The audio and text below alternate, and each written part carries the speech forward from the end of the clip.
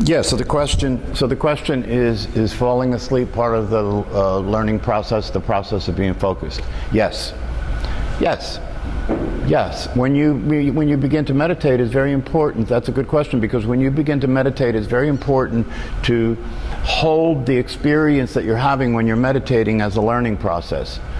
Right? If you lived your life like that, it'd be a good idea, right? That everything that's happening in your life is an opportunity to learn something, right?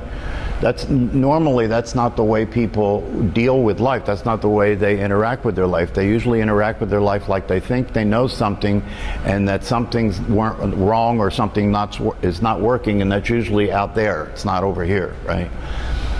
So, yeah, it's very important to understand that the experience that you're having when you learn to meditate is a learning process. So if you fall asleep when you're meditating, right, there's usually two things that happen when you start to meditate. You either sit there and continue to have your attention taken by the mind and start to feel restless physically, right, and start to feel some kind of frustration or some kind of uneasiness, right, about sitting still like that and doing this, almost as if, I can't do this, I'm missing this, I'm not succeeding, whatever. And so there's usually some kind of restlessness physically and mentally. Or the other thing that happens is you just go to sleep. Right? And so when I am leading a class, or when the class is doing guided meditation, I usually keep my eyes open, because I'm kind of like holding the space for everybody, just making sure everybody's okay. And usually when I look around the room, I see two things going on. One thing is I see people like this, right? They're the ones that are trying to meditate, right? And then I see people like this. They're the ones that went to sleep, right? And so those are the two things that happen. And there's nothing wrong in either case, right? The most important thing is to simply allow yourself to recognize what's happening as a process of learning. So one way to understand what happens when you meditate is to understand that the mind is programmed not to meditate. The mind is programmed for you to think. Right? The mind is programmed for you not to meditate. So when you turn your attention away from the mind, the programming of the mind automatically seeks to get you back, to get your attention back. So it'll start to produce thoughts that will be thoughts that your attention will go to. It'll produce thoughts about food, sex, whatever you're afraid of, whatever you want, right? And then your attention will go whoop to that, right? And then you have that thought, and then that thought brings up another thought, and it goes on and on and on like that, being lost in thought, until you realize you're thinking, and then you come back and bring your attention back to the breath, right? So the mind is programmed not to meditate, but to think. And so when the mind continues to produce thoughts to attract your attention, and it's not succeeding, right, that your attention is remaining on the breath, then it changes its tactic to simply have you go unconscious. And so it changes its tactic to simply have you start to fall asleep, and then your awareness goes down, and then you're asleep. And so when you're practicing meditation, as soon as you realize that you have gone unconscious, that you've fallen asleep, as soon as you realize that, then come back the same way as you do when you bring your attention back, when you notice that your attention has wandered to thought. Nothing's wrong with it. It doesn't mean you're bad. It doesn't mean that you can't meditate. This is what happens when you are establishing a meditation practice. Those are the things that happen. Nothing can, if you understand meditation, you understand that you can't do it wrong. If you sit for a specific period of time, right, and you follow the directions for meditation, which is that you relax the body and you bring your attention to the breath, right, no matter what happens after that, you've succeeded. There is no particular way that it's supposed to be. In fact, one of the reasons that we're meditating is to start to understand and learn what our awareness already knows, which is that there is no way that it's supposed to be. The way it is the way it's supposed to be. That's so obvious, right? But that's not obvious to the way the mind works. The way the mind works is the way it is not the way it's supposed to be. If you stop and pay attention to your everyday moment-to-moment life, you will see that this is literally the source of your suffering. If you stop and pay attention and notice as you go through your day, right, that the way you are and the way it is seldom the way it's supposed to be. Every once in a while it is. It's like going to a casino, right? If you go to a casino, every once in a while you win. That's what keeps you there, right? In life, every once in a while it's the way it's supposed to be, right? And then your mind says, oh, see, it is possible for it to be the way it's supposed to be, right?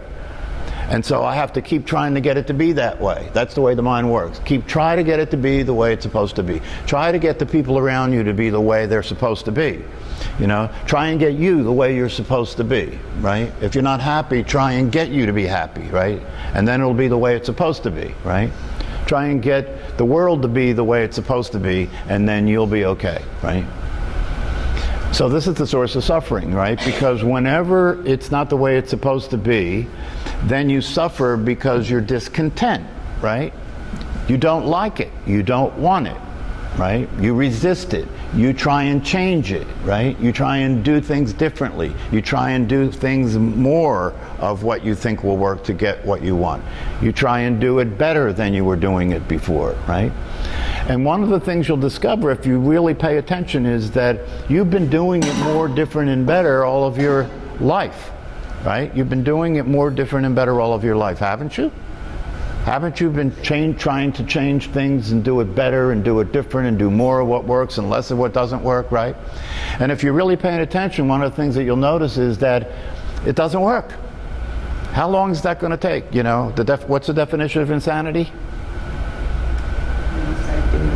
Doing the same thing over and over again, expecting it to work, right? So that's really when you wake up, you begin to notice that is what you're doing. You're doing the same thing over, because doing it more, different, and better is doing it the same thing over and over again, right? So one of the things that you can discover through meditation is maybe there's another possibility that we're not noticing, right? Maybe there's another possibility that we're not noticing. Maybe there's a possibility that the way it is can be accepted, that the way it's supposed to be is the way it is. See, if you were able to be with the way your life is, if you were able to be with the way it's happening, with the consistent awareness that the way it is the way it's supposed to be, that nothing is not the way it should be, right? If you were able to be that way with everything, right? Just imagine the difference it would make, right? Just imagine the difference it would make. You would be content, right? There would be no reason to be discontent because everything would be the way it's supposed to be. Nothing would surprise you. Nothing would be unexpected, right? Because everything's the way it's supposed to be. One of the things that happens if you wake up, right? And when I say wake up, what I mean by that is you wake up and discover that there is an awareness that is what you actually are. There is an awareness that is the truth of yourself, that's always there, that's always been there, and you have gotten lost in a limited version of yourself. You've gotten lost. You know, the baby is aware. It doesn't have language yet. It hasn't learned anything. It's just aware, right? And then you get language and you learn, and that awareness closes down to become this personality, right? The awareness is open, awake, aware, free. No, babies, do you notice babies don't have expectations? They're not trying to be a better baby. Right? You have to be an adult to try and be a better adult, right? You have to grow up and become acclimated and conditioned and understand the way things really are, right? And then you'll try and be better. But a baby is just the way it is. It doesn't try and be better, right? And so then you learn to be a person. You get a name, you get a personality, you get conditioned. You know, you learn the way things are. You become part of the world of agreement, right? And that awareness shuts down and becomes this very limited version of awareness called you. becomes this very limited version of awareness called you, and it doesn't remember itself.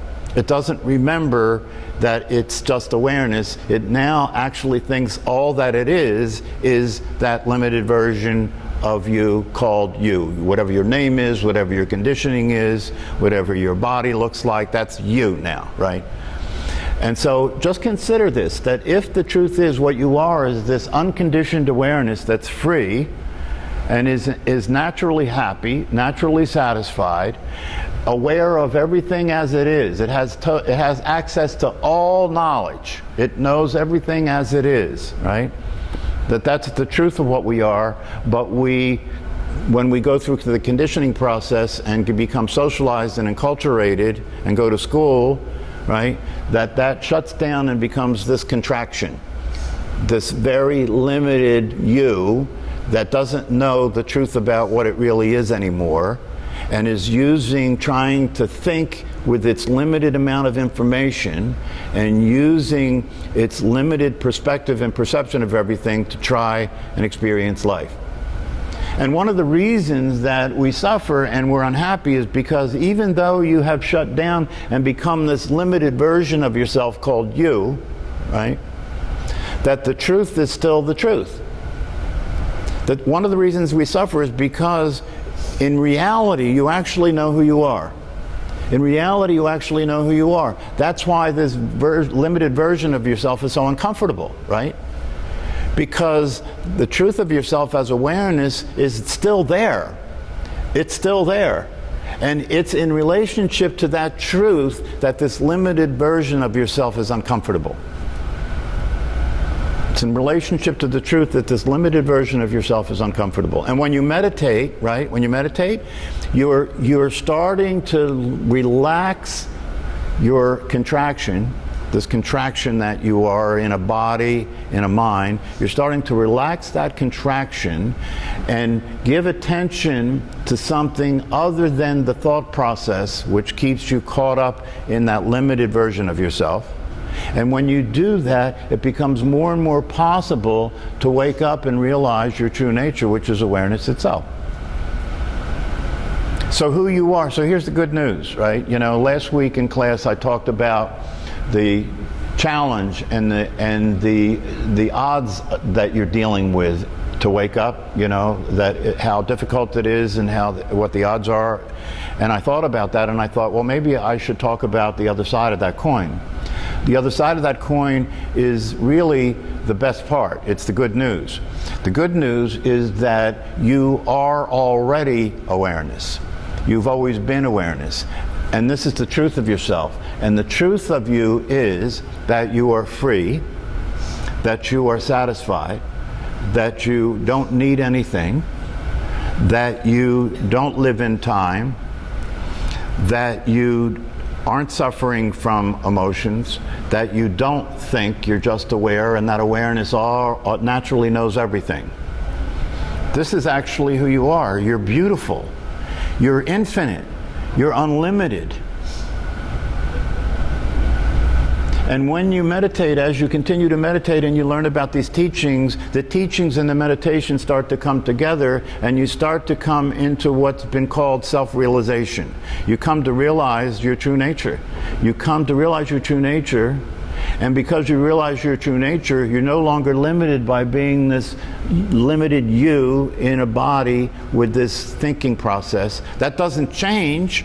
But it's not who you are anymore. That's the freedom. It's not who you are anymore. It doesn't change, but now you can be in that role and not be suffering from thinking that's all there is. You can be in that role, and one of the ways the spiritual teachers talk about this is you can be in the world but not of the world. You continue to function in a body with a mind, right? But now you're free from the limitations of that, and you have access to wisdom. You have access to knowing things more clearly and more truly than you would know them if you were only living with that mind and with that thought process. It's really and truly liberation and freedom. You can wake up in the morning. See, until you wake up in the morning and the thoughts occur, and the thoughts are your thoughts. So you wake up in the morning and the thoughts are usually dread, right? Especially if it's Monday, right? The thoughts are usually dread, oh shit, right? And so that's you, those are your thoughts, and then the experience you have is of being in dread, of feeling like, oh, we got to go through this again, another day, right? What would it be like to wake up in the morning and the thought that thought arises, right?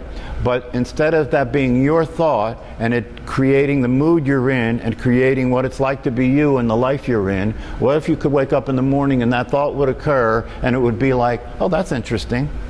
And that has nothing to do with the way you're experiencing things. Just imagine that. It has nothing to do with the way you're experiencing things. Because you see it as it is. You see that it is just a thought, and that thought is given by a limited database from a personality that is not what you are. And you're free.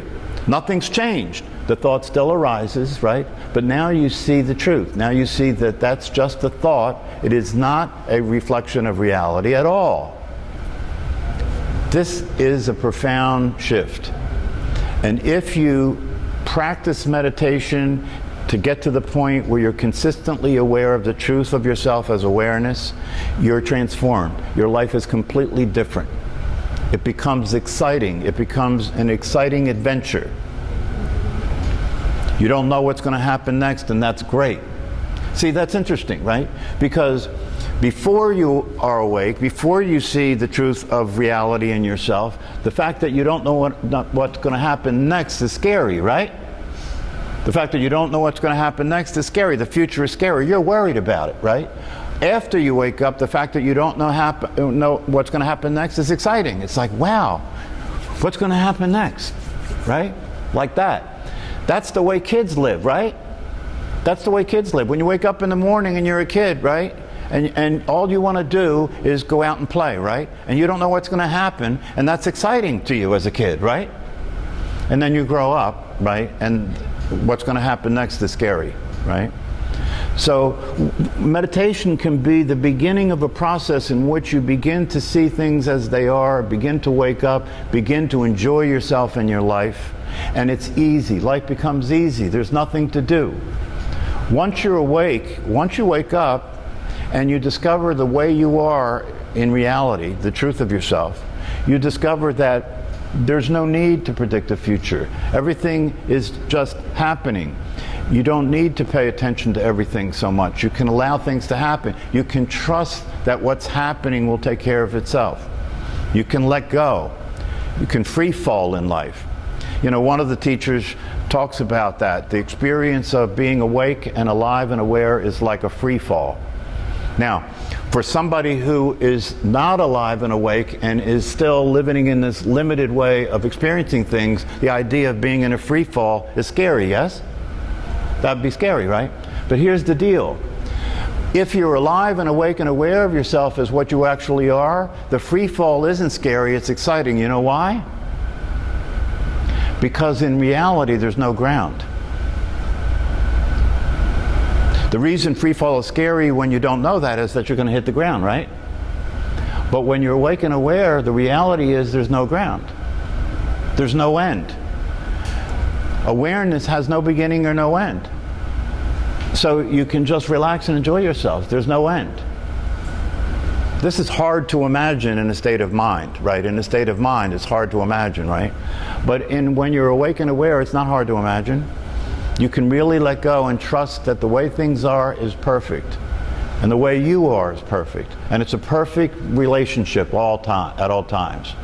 It's a perfect relationship at all times. Because from that experience, from that state of awareness, you naturally see things as a learning process. You naturally see things as a learning process.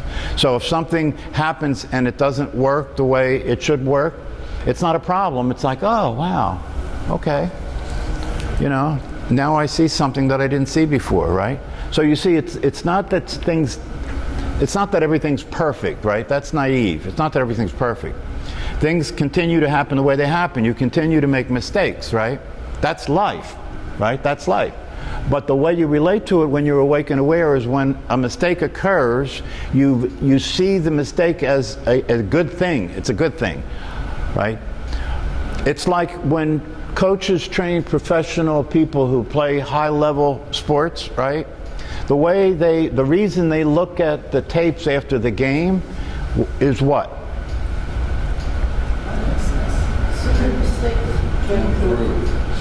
Yeah, so they can see what didn't work, right? They don't know. When the coach sits down with a football player or a baseball player or a tennis player or whatever it is, and they look at the tapes, the coach doesn't say to the person, "See what you did?" Right? "See what you did? What's wrong with you? What's wrong with you? Look at what you did," right? That's what we do to ourselves, though, isn't it? Isn't that what you do to ourselves? That's what guilt is. That's what you do to ourselves. Rather than an awake and aware person looks at the past and looks at the tapes like the coach does with the player, because the coach wants the player to be successful, yes? So the coach says to the player, "Okay, let's look and see what happened here.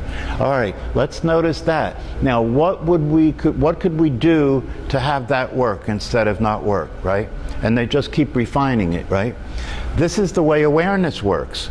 The way awareness works is it doesn't judge and evaluate anything. It pays attention to what's going on with an intention of continuing to move the action toward refinement, toward skillfulness, skillful means. It's a natural process.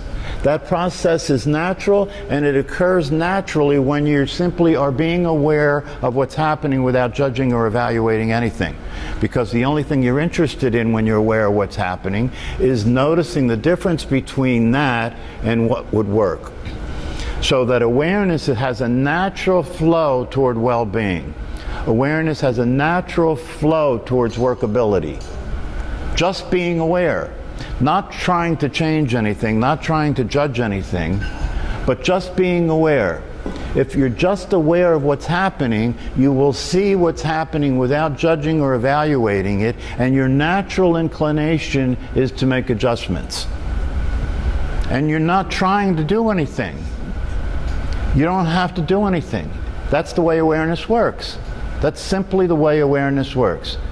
So you can just relax. In a sense, you could talk about this in terms of saying that when you're awake and aware and you know yourself as yourself, right, that you can get out of your own way, right? That you that thinks you have to figure everything out, that you that thinks you have to think through everything, right, and analyze everything, that you is out of the way now, right? And awareness can now be what is operating in order to provide the results.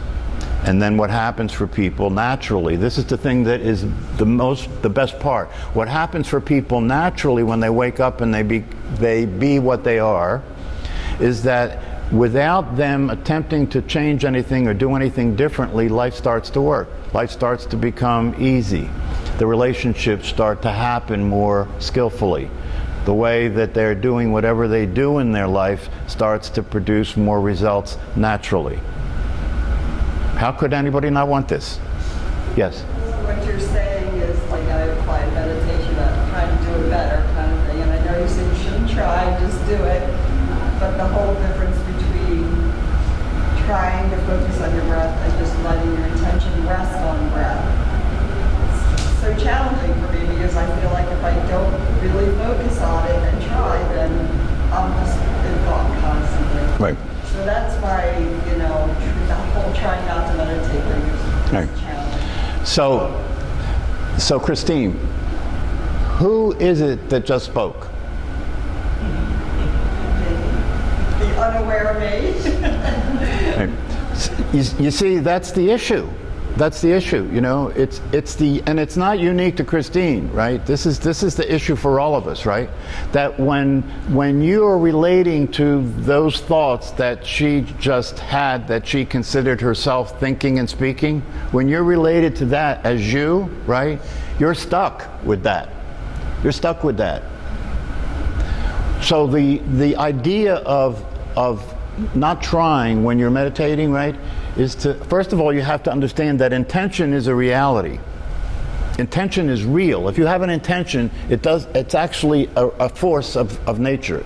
Intention is actually an energetic reality, right?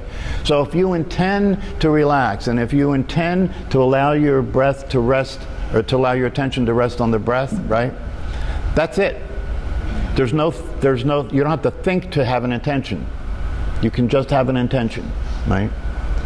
So this is the whole thing. You see what I want you to do in terms of this particular issue that you have, right? Because you've said this before, yes? Right? Is to relax and let that go. Stop listening to that. Yeah? Control issues, I'm trying. Yeah, see, I have control issues, I'm trying, right? You hear who's talking here, right? Awareness has no control issues. Awareness is not trying to do anything. Awareness allows everything to be the way it is, and the way it is flows naturally toward skillfulness. So I'm suggesting that you just trust this. Just trust this. Just, in your case, what I would recommend is don't even do the technique. Don't even do the technique. Just sit and breathe and be aware and notice. Period. When I do that, though, I'm aware that I do get lost in thought and try and come back to it, but it's fleeting. It just seems like a mirage of thoughts. Right. So just let it be the way it is. Let it be the way it is. Let when you get lost in thought, notice that. When you're not lost in thought, notice that. But you have to let go of this idea that there is something to do here, something to make happen here. You have to discover that meditation is a natural thing. It's a natural thing. And so in the end, in the beginning we practice being aware of attention and moving attention to the breath. As you progress in meditation, there comes a time when you stop trying to direct attention, you stop being aware of the breath, you let the attention go, because at that point in meditation, you're aware of the attention enough to watch it, consciously watch what it's doing. Right? And so in the advanced form of meditation, you just sit there and notice the attention, relax the body, notice any time that there is any contraction, and let that go, and that becomes the practice. Right? It's important to understand that in the beginning, when you begin to practice meditation and you're focusing on the breath, that's just the initiation. That's just the beginning of getting into this experience of being aware. And eventually, if you continue to do that practice, you will notice that you can now be aware of where your attention is consistently enough to let go of trying to direct it anywhere and just watch where it goes. If you could live like that as you go through your day, if you could be aware of where your attention is going, right? That in itself would make a huge change. Because you would know when your attention is being taken.